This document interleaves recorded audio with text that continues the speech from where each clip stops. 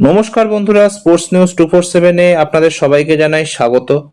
ভাবুন তো, একজন ক্রিকেটার যাকে অনেক সময় দলেও সুযোগ দেওয়া হয়নি, যার প্রতিভা নিয়ে সব সময় প্রশ্ন উঠেছে, সেই ক্রিকেটারই আজ টি-20 বিশ্বকাপে ম্যান অব দ্য টুর্নামেন্ট। হ্যাঁ, আমরা কথা বলছি সঞ্জু স্যামসনের। সবচেয়ে অবাক করা বিষয় হলো, তিনি জানিয়েছেন এই বিশ্বকাপ জয়ের স্বপ্ন তিনি 2 বছর আগেই দেখেছিলেন।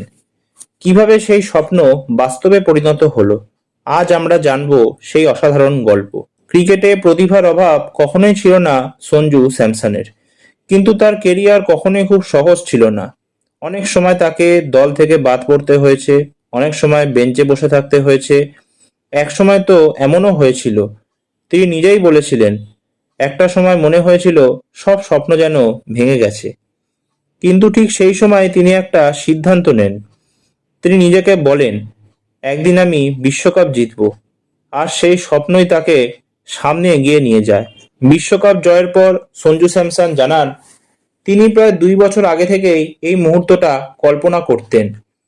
তার ভাষায়, তিনি বিশ্বাস করতেন একদিন ভারত টি-20 বিশ্বকাপ জিতবে এবং তিনি সেই দলের গুরুত্বপূর্ণ অংশ হবেন। এই বিশ্বাসটাই তাকে আলাদা করেছে। কারণ অনেক সময় প্রতিভা থাকলেও নিজের ওপর বিশ্বাস না থাকলে সাফল্য কিন্তু কখনোই আসে না। স্যামসন কিন্তু নিজের স্বপ্নে বিশ্বাস রেখেছিলেন। 2026 সালের আইসিসি মেন্স টি-20 ওয়ার্ল্ড কাপ 2026 ছিল সঞ্জু স্যামসনের কেরিয়ারের টার্নিং পয়েন্ট।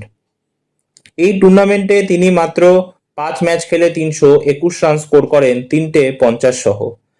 তার ব্যাটিং ছিল ভয়ঙ্কর আক্রমণাত্মক। সেমিফাইনালে ইংল্যান্ডের বিরুদ্ধে 89 রানের একটা দুর্দান্ত ইনিংস খেলেন, আর ফাইনালে নিউজিল্যান্ডের বিরুদ্ধে 46 বলে 89 রান করে ভারতের বিশাল স্কোর গড়তে তিনি সাহায্য করেন।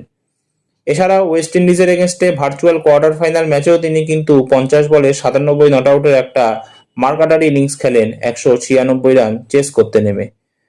এবং টুর্নামেন্ট শেষে প্লেয়ার অব দ্য টুর্নামেন্ট নির্বাচিত হন সঞ্জু স্যামসন। এই সাফল্যের পেছনে আরেকটি গুরুত্বপূর্ণ বিষয় ছিল সচিন টেন্ডুলকারের পরামর্শ। স্যামসন নিজেই জানিয়েছেন, গত কয়েক মাস ধরে তিনি নিয়মিত সচিন টেন্ডুলকারের সঙ্গে কথা বলতেন। তিনি বলেন, সচিন স্যারের সঙ্গে বড় বড় আলোচনা হয়েছে। তার মতো একজনের পরামর্শ পাওয়া আমার জন্য বিশাল ব্যাপার।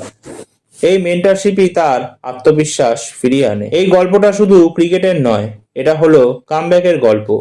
একসময় যাকে নিয়ে প্রশ্ন ছিল, সেই সঞ্জু স্যামসনই আজ ভারতীয় ক্রিকেটের অন্যতম নায়ক। প্রথম বিশ্বকাপ জয়ের সময় তিনি প্রায় খেলেননি, কিন্তু এবার তিনি পুরো টুর্নামেন্টের সেরা খেলোয়াড়। এটাই প্রমাণ করে, কখনো কখনো জীবনের বড় সাফল্য আসে সবচেয়ে কঠিন সময়ের পর। এই ভিডিওটা এতটাই, আবার দেখা হবে একটা নতুন ভিডিওতে। ততক্ষণ সুস্থ থেকো, সাবধানে থেকো। ধন্যবাদ।